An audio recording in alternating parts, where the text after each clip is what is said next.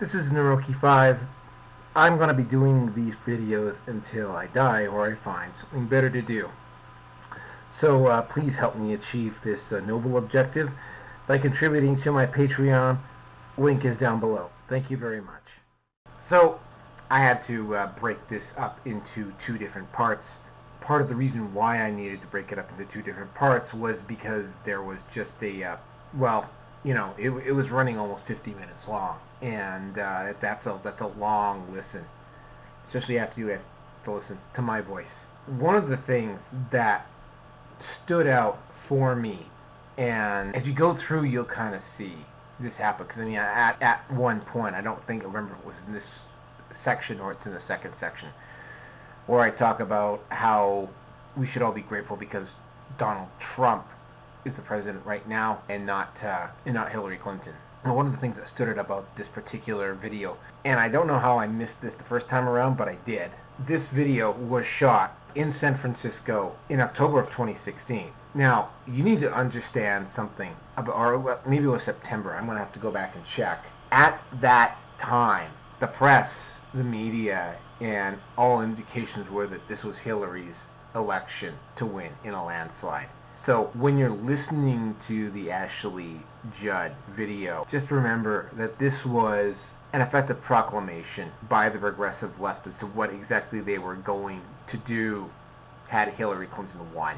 Another thing that stands out about this particular video is how it took them a while to figure it out, but they couldn't do it via the government, so they're attempting to do it right, to engage in active censorship of the political discourse and the cultural discourse through corporations, and they're basically trying to say right now that the corporations are public forums and therefore they could do whatever they want. Legally, that's not true, but that's what they're saying. And if you listen really carefully to what Ashley Judd is talking about, that is what she talks about. There's a number of other things that I could get into, but I cover a lot of them during the show. Enjoy. I think I have another commentary coming up at the start of part 2. Hi there, this is Neroke 5.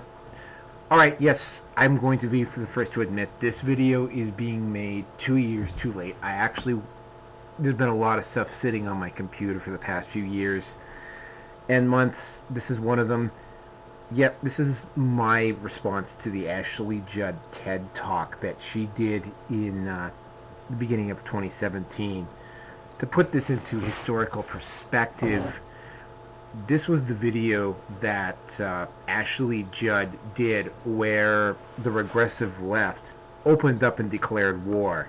They've had mixed success, but you know what? I mean, this is the first time I'm actually viewing this video in almost 18 months. So, I mean, it's going to be interesting because all of my reactions here are almost off the cuff. I know more or less what she's going to say, but, you know, it's always interesting to take a look at something. So I'm doing that with a series on iPod, and it's interesting having another look at something that you've looked at before and seeing what you learned and what you didn't learn. So other heads up on this, I will be stopping every once in a while, and I will be throwing in my point of view and a response. So yeah, this video might go for a while. Grab a beer or a water or whatever you want to, sit back and have a listen.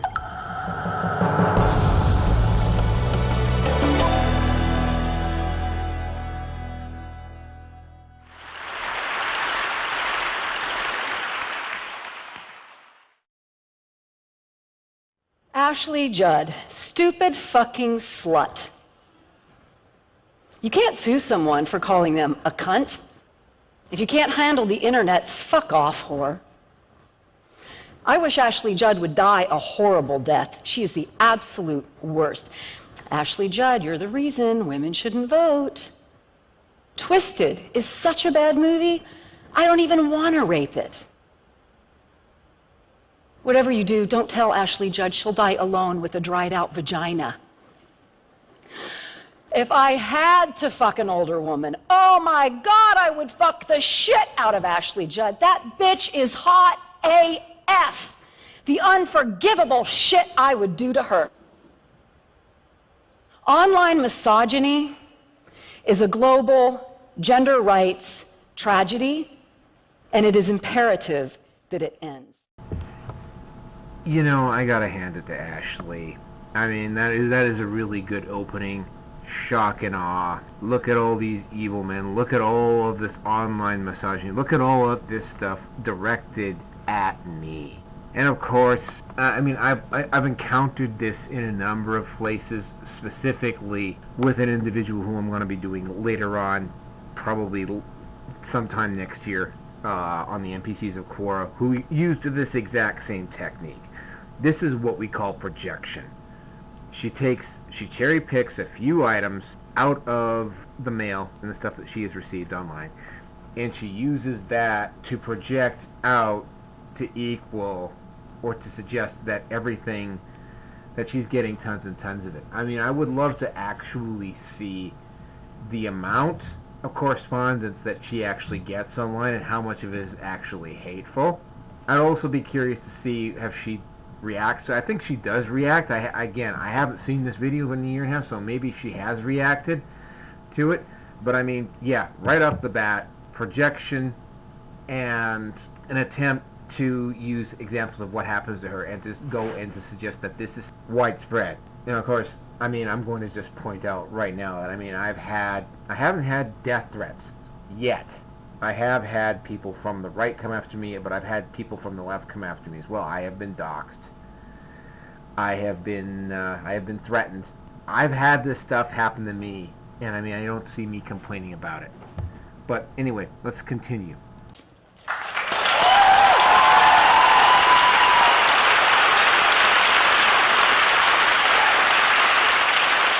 Girls' and women's voices and our allies' voices are constrained in ways that are personally, economically, professionally, and politically damaged. And when we curb abuse, we will expand freedom. Yeah, I remember this. This is the part that actually kind of made me go, whoa, this is classic Orwellian word speak and double talk. Just literally, did you hear that? You know, I mean, she's not directly saying it, but I mean, that's literally what she's saying. Suppression is freedom.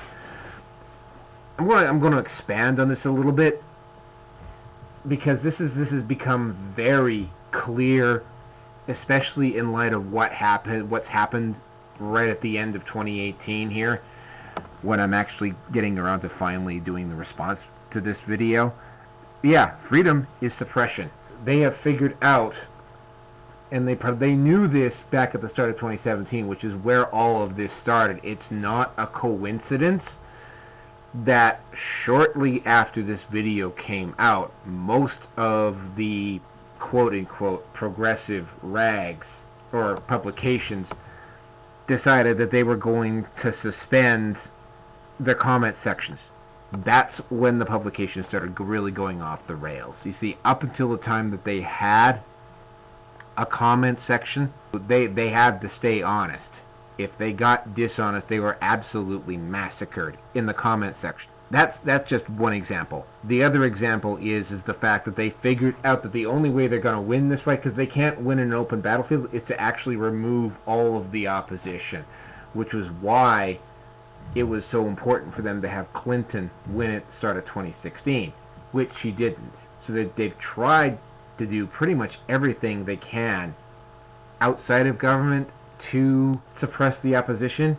It hasn't worked very well. For that, we can be thankful. But yeah, just go back to this section to listen to it again. I mean, she's literally saying that suppression is freedom. You know, she's not talking about freedom for everybody in an open and fair marketplace. She's talking about freedom for her cronies and for the people on the rest of the side to say what they want to say without opposition.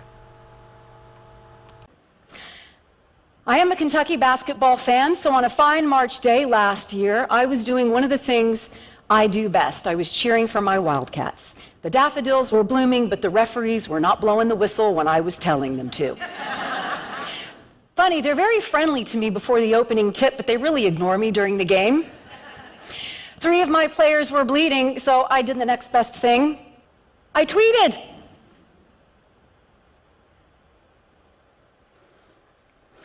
It is routine for me to be treated in the ways I've already described to you. It happens to me every single day on social media platforms such as Twitter and Facebook. No, Ashley, there will be no special victim points for you here. I get treated this way as well. You know, you're not unique or special. Anybody who is active in the media or online has to deal with this. This is not just something that happens to women. Ashley Judd. Since I joined Twitter in 2011, misogyny and misogynists have amply demonstrated they will dog my every step. My spirituality, my faith, being a hillbilly, I can say that, you can't. Oh my God, just stop, Ashley. Just freaking stop, okay? You are the daughter of Naomi Judd and the sister of Winona Judd of the Judd's country music fame. Their first hit was 1983, which would have made you 16. Now, I'm going to have to assume, being an artist, that your mother and sister had probably put in a considerable amount of mileage on the road and doing performances to get their craft right. Okay? That particular type of craft with a mother and daughter strongly suggests that you were probably raised in a somewhat privileged household. Like, it takes a lot of time and commitment of both money and energy to have a successful singing career. And for a single mother to do it with 2 daughters in tow, I'm not going to say she couldn't do it by herself, but I'm saying you probably had a lot of help, and there's no goddamn way that you are going to convince me that you were a hillbilly with no shoes living up in the mountains of Kentucky. In fact, I know you weren't, because I remember reading an article about you back in the late 90s about how it was that you used an actual outhouse. Something, by the way, that I used quite frequently growing up. For the first time. You're not a hillbilly. You're a daughter of privilege. At the very least, you grew up, for the most part, in rock bottom, an upper middle class household. And for most of your late teens, you grew up in probably in a very luxurious, well-to-do, well-financed existence. You, Ashley Judd, are no hillbilly.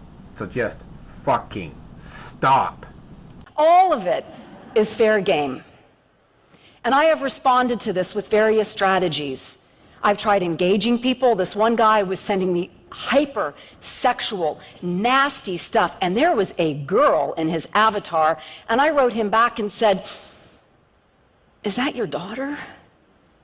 I feel a lot of fear that you may think about and talk to women this way." And he surprised me by saying, "You know what? You're right. I apologize. Sometimes people want to be held accountable." This one guy was musing to I don't know who, that maybe I was the definition of a cunt. I was married to a Scot for 14 years. Yeah, Dario Franchitti, who divorced you and had a kid with another woman possibly as little as a year later. It says 2015, so yeah, and you were divorced, what, 2014? So yeah, I think it was a little over a year later. Maybe it was 2013, but it was really soon after you were divorced. I'm speculating here, but my gut feeling is telling me that he divorced you because you didn't want to have a kid. And he was probably fed up with your attitude, to boot. So I said, cunt means many different things in different countries. But I'm pretty sure you epitomize the global standard of a dick.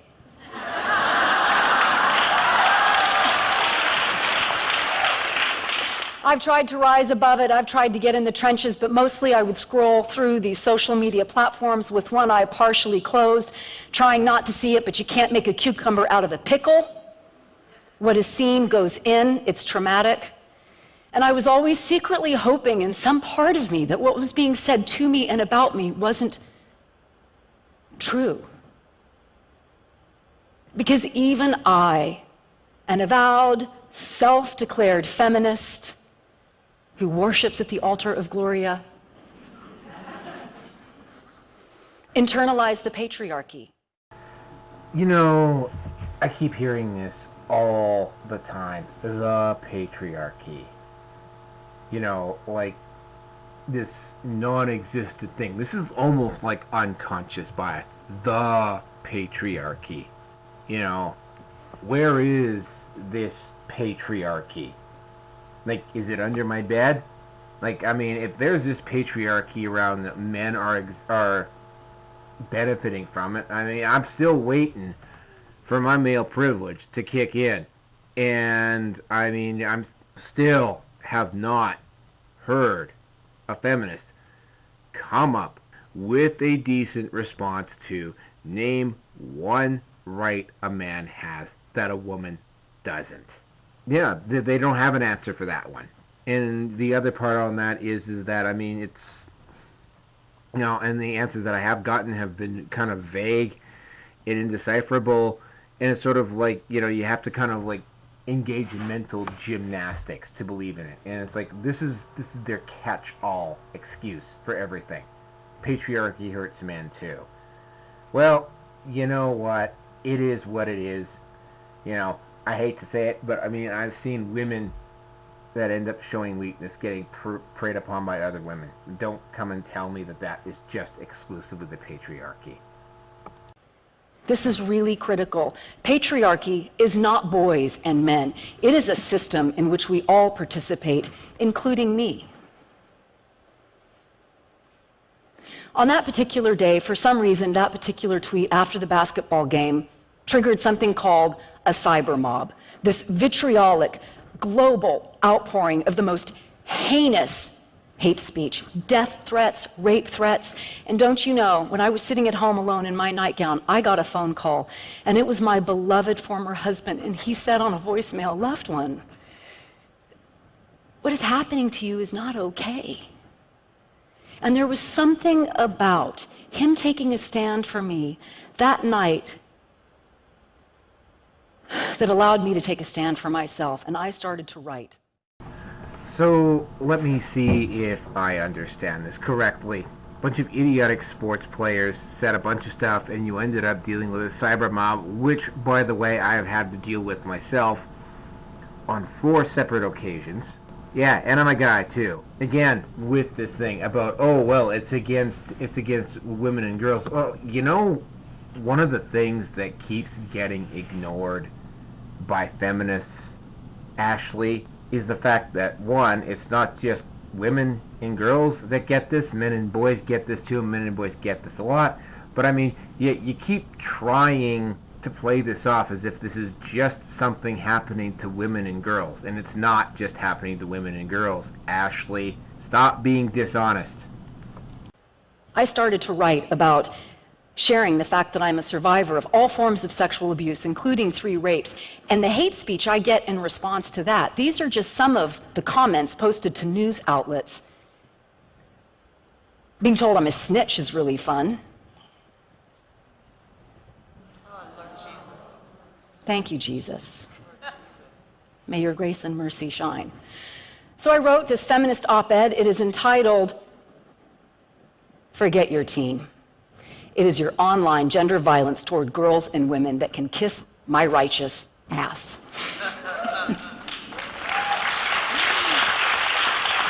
And I did that alone, and I published it alone because my chief advisor said, "Please don't.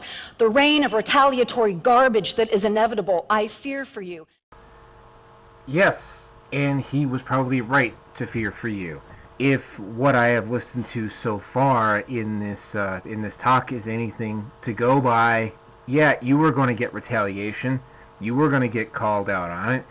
So far, I have not heard you admit once that men and boys face this type of abuse, that everybody faces this abuse. This is not a subject that is just the exclusive domain of female. But you keep trying to play it off like it is, probably because it's the crowd that you're appealing to, the ones that like to hide behind the abuse excuse when they're peddling cultural Marxist feminist bullshit. But I trust girls, and I trust women, and I trust our allies. It was published, it went viral, it proves that every single day, online misogyny is a phenomenon endured by us all over the world, and when it is intersectional, it is worse. Sexual orientation, gender identity, race, ethnicity, religion, you name it, it amplifies the violence endured by girls and women, and for our younger girls, it is worse. You know, I am trying really hard not to go with the special snowflake symbology here, but it's really hard to. You know, what this reminds me of is basically, this is everything that so far that Ashley Judd has said is basically a rehash of everything that Anita Sarkeesian talks about. Oh, well, no, it of course, right, it never happens to white males, but it's all over the place. Again, though, you know, you start asking them for proof, you start asking them to, you ask them, like, is you think it really only happens to people of color and women? You know, they go surprisingly quiet. It's clearly traumatizing. Our mental health, our emotional well-being are so gravely affected because the threat of violence is experienced neurobiologically as violence. The cortisol shoots up, the limbic system gets fired, we lose productivity at work. And let's talk about work. Our ability to work is constrained. You want to know what's really traumatizing? It's SJWs calling employers to try to get you fired or arrested. All right, there's a well-documented case with Phil Mason Thunderfoot when he was working in Czechoslovakia, where an SJW called the Czechoslovakian authorities and tried to convince them that Phil Mason, aka Thunderfoot, was a Nazi. There was also a case where Chris Reagan had an SJW call an employer from 5 years ago. I mean, even like, I mean, what I've had to do personally on this is, it's like, you know, I have other social media links, but I mean, the ones that specifically list my employer or whatever, I don't have any employer on there from more than 6 years ago. You know, so yeah. But yeah, when you want to talk about this, I mean, I'm going to go into the actual deliberate attempt to cut off funding and censorship, which leaves us vulnerable to this type of harassment. Ashley, you going to talk about that? No, probably not, because, you know, this only happens to the women's, right? Online searches of women applying for jobs reveal nude pictures of them, false allegations they have STDs, their addresses indicating that they are available for sex, with real examples of people showing up at this house for said sex. Our ability to go to school is impaired. 96% of all postings of sexual images in our young people, girls, our boys, are 2 to 3 times more likely non-consensually to share images. In a completely unrelated topic, water is wet, sunlight is bright, and snow is cold. Like, what is shocking about this? You know, I mean, it's not called the porn industry for nothing, right? Like, guys are visually stimulated. What is so shocking about boys sharing nude images or going into the closet to look at dad's Playboys? I mean, I did it when I was a kid. What is so shocking about boys doing that? What is so shocking about women, about porn being dominated by women and guys liking beautiful naked women? Like, you're making this sound like it's a criminal thing that boys are boys. But then again, given the attack of feminism lately, you know, wouldn't be the least bit surprised if you took some marching orders from Jackson Katz on this one. Guys like gorgeous naked women. boys, especially when they hit puberty, are going to have raging hormones and are going to like it. What is so shocking about that? But then again, we know who we're talking to, right? This is the echo chamber. And I want to say a word about revenge porn. Part of what came out of this tweet was my getting connected with allies and other activists who are fighting for a safe and free internet. We started something called the Speech Project, Curbing Abuse, Expanding Freedom, and that website provides a critical forum. Again, with your Orwellian double speak, censorship is freedom. The actions that have occurred in the past 2 years since this video has been made don't look like an expansion of freedom. They look like a clamping down on it, or at the very least an attempt to clear the field so you will have an uninterrupted, uncontested flow of information to the top. Because there is no global legal thing to help us figure this out. But we do provide on that website a standardized list of definitions, because it's hard to attack a behavior in the right way if we're not all sharing a definition of what that behavior is. And I learned that revenge porn is often dangerously misapplied. It is the non-consensual sharing of an image used tactically to shame and humiliate a girl or woman that attempts to pornography us. Our natural sexuality is, I don't know about yours, pretty gorgeous and wonderful, and my expressing it does not pornography make. Jesus goddamn Christ.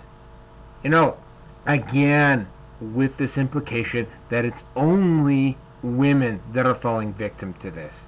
I mean, do you have an original thought? I mean, just wondering.